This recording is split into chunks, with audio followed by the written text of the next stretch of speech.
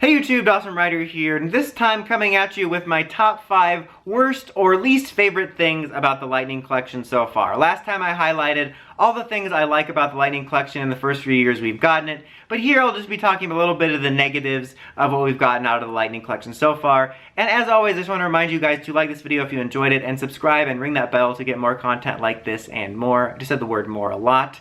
But now let's talk about it. Number 5, and I mean this with no offense. Mostly. No, but with no offense, number 5 of the worst things about the Lightning Collection is the fans. And I'm not talking about everybody, but there's definitely, I think, a really toxic group of Lightning Collection fans that really kind of suck the fun out of collecting and talking about the Lightning Collection. Fun sucker! Whenever Fan Fridays roll around, I almost roll my eyes because I'm not looking forward to the comments like, I can't believe Hasbro hates Power Rangers in all of America because someone's elbow wasn't painted. It's like, I know they're not perfect, they're not beyond criticism. I mean, I do reviews of them and so I'm criticizing them all the time. But I think people take it too overboard and are just over-hating on it, and it really just sucks the joy out of it, especially when on my positive list I talked about how I think they're always listening, and I think they've made steady improvements, and I feel people just don't give them a chance, and they also forget how early we are into this line. This isn't we're like into a 10-year season line and they're making mistakes and stuff. They're learning as they go a little bit, which is fine. And again, I'm not trying to be overly mean at the fans or anything, but I just think that there are certain fans that are just way too concentratingly negative, if that makes any sense on it, and it just sucks a little bit of the fun out of something that we should all be enjoying. I guess that can be said for a lot of things, a lot of fandoms, most fandoms, if we're being honest, but I think in Lightning Collection it just built up so fast. It's kind of insane. Number 4 is something that was just kind of expected, which is just duplicates, meaning figures you kind of have to buy twice, which, like I said, it's something that was kind of expected based off of Hasbro's track record with, stuff like Marvel Legends and Star Wars, because sometimes things will get reissues or multi-packs, or they'll update a figure years later. So I didn't think that was outside of the realm of possibility, but it's definitely something that can be annoying, especially early on in the line. I think that's something that's coloring a lot of my impersonations. This is my impersonation of a Lightning figure.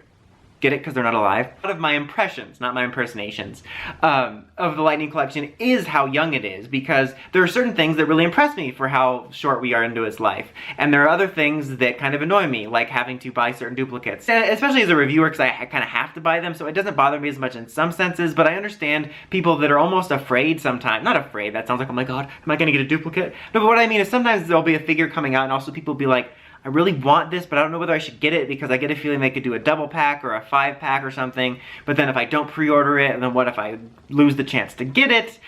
So there is a little bit of that, and it can be kind of an annoyance to sort of try to play the guessing game when something comes out of like, do I get this now and risk not getting it at all, or should I wait for a potential multi-pack? And it just seems like there's a decent amount of sort of doubles early on, and I knew it was going to happen, but it just kind of sucks to have to deal with it so soon. Number 3, this is kind of more of a very specific negative that I'm not sure a lot of people are going to have a problem with as much as I do, but it's where the pre-orders arrive first. This primarily just annoys me as a reviewer, because I like to try to get you guys the reviews of the new figures and the new waves as soon as possible, when they're the most relevant, so that, people are talking about them. But it's like been impossible to tell where the place to pre-order is that you're going to get it first. And that's like a first world problem, and that's something that happens with a lot of toys. When you buy, back in the day when you just buy toys on the shelves, you're just kind of a slave to who puts out what first. Like if your targets, none of your targets are putting out the toys, there's nothing you can do about that. So this isn't exactly a new problem, but it just bothers me for a couple reasons. Mainly because, like, again, as a reviewer, it just sucks that you don't know where the pre-orders are going to be coming in first. And to be honest, I've just started to just pre-order it and just wait for it to happen, because for the first few waves, it just got exhausting where I'm like, okay, I secured my pre-order, but I can't just relax and wait for it because I'm still keeping an eye out on all the other stores and the physical stores to see if they get it first, because you never know where it's going to pop up. I think once it was Entertainment Earth, another time it was BBTS, another time it was Target. It's just all over the place. And I think what baffles me most, and there's probably somebody far smarter than me that understands why this is, but I truly don't understand how Hasbro's own site, Hasbro Pulse, is not the one that you get it at first. That's directly from them, especially when you're a premium member, You're looking at a prime customer, everybody. Especially when that happens, I just don't understand how you can pre-order directly from Hasbro, and yet Target or something will always get it first. Especially when I don't remember which one it was. I think it was like Ranger Slayer or something like that, but there was a time when I had pre-ordered a wave on Hasbro posts, and then I found them at just a local store. I found it at the pub. No, I didn't. But I found it at a local store, so I canceled my pre-orders, except I forgot one, which I think was Ranger Slayer. And it arrived like months later. Like, I had bought them, I had seen them everywhere else, I had reviewed them, I had had like 5 kids, I grew this beard, cut it off, grew it back, and then that one finally arrived. So that's kind of more of a personal problem, but I thought I'd put it on this list, and it gives me a chance to rant about it. Number 2 is kind of tied in with that though, which is distribution. It's just kind of tied in with how you get things and when you get them, which everyone's experience is gonna be different. And I will say, setting aside my little petty annoyance about not knowing where the pre-orders will come in first, for the most part, I've never had a problem getting my hands on any wave or individual release online, even if it takes a while longer than I'd like. So long as I get it right away, you know, I'm not talking about like, you know, they have 3 Xboxes right away, but right away, you know, within the first pre-order window, I haven't had any problems with that. So I think if you're like me and you pre-order everything, or you pre-order what you want right away, or get it online right away, you're probably smooth sailing.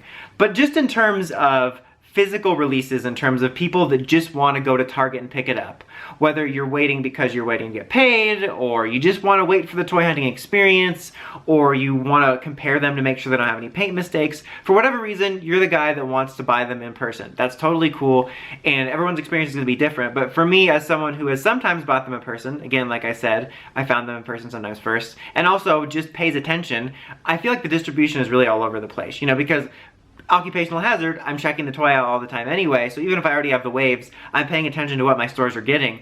And it seems like some of my stores will never get certain waves, or they'll get waves really late. Like, I'll be checking for wave 7 or something like that, and all of a sudden I'll see them get a fresh shipment of wave 3, and they'll never get wave 7. And I've just noticed that the distribution in terms of where and when things are found is a little bit all over the place, which I can see being frustrating to people that just want to buy them in person or have to buy them in person.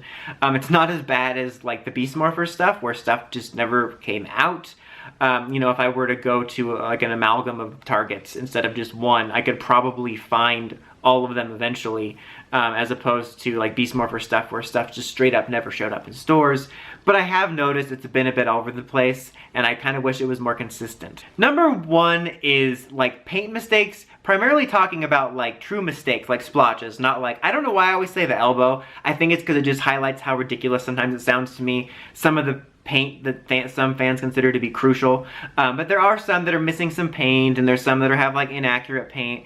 There hasn't been too many that have bothered me in that realm. The only times it does is when it's amongst the same season, and like they've already painted this dude's stripe silver like it's supposed to, and then the next guy has a white stripe, and it's like, dude, you already did it once. That doesn't even bother me so much on a it's inaccurate level. It's more like on a logic level that it bothers me. But when I'm talking about paint mistakes, I'm more so talking about like splotches and lines and scratches and all that type of stuff, which is another thing that's sort of unavoidable. This isn't just a Lightning Collection problem. It happens in Hasbro's other lines. It happens in other toy companies' lines. It's pretty common, but it still sucks. You know, I don't think you'll ever have a really perfect figure, but it sucks how many of them will have like splotches or big noticeable things.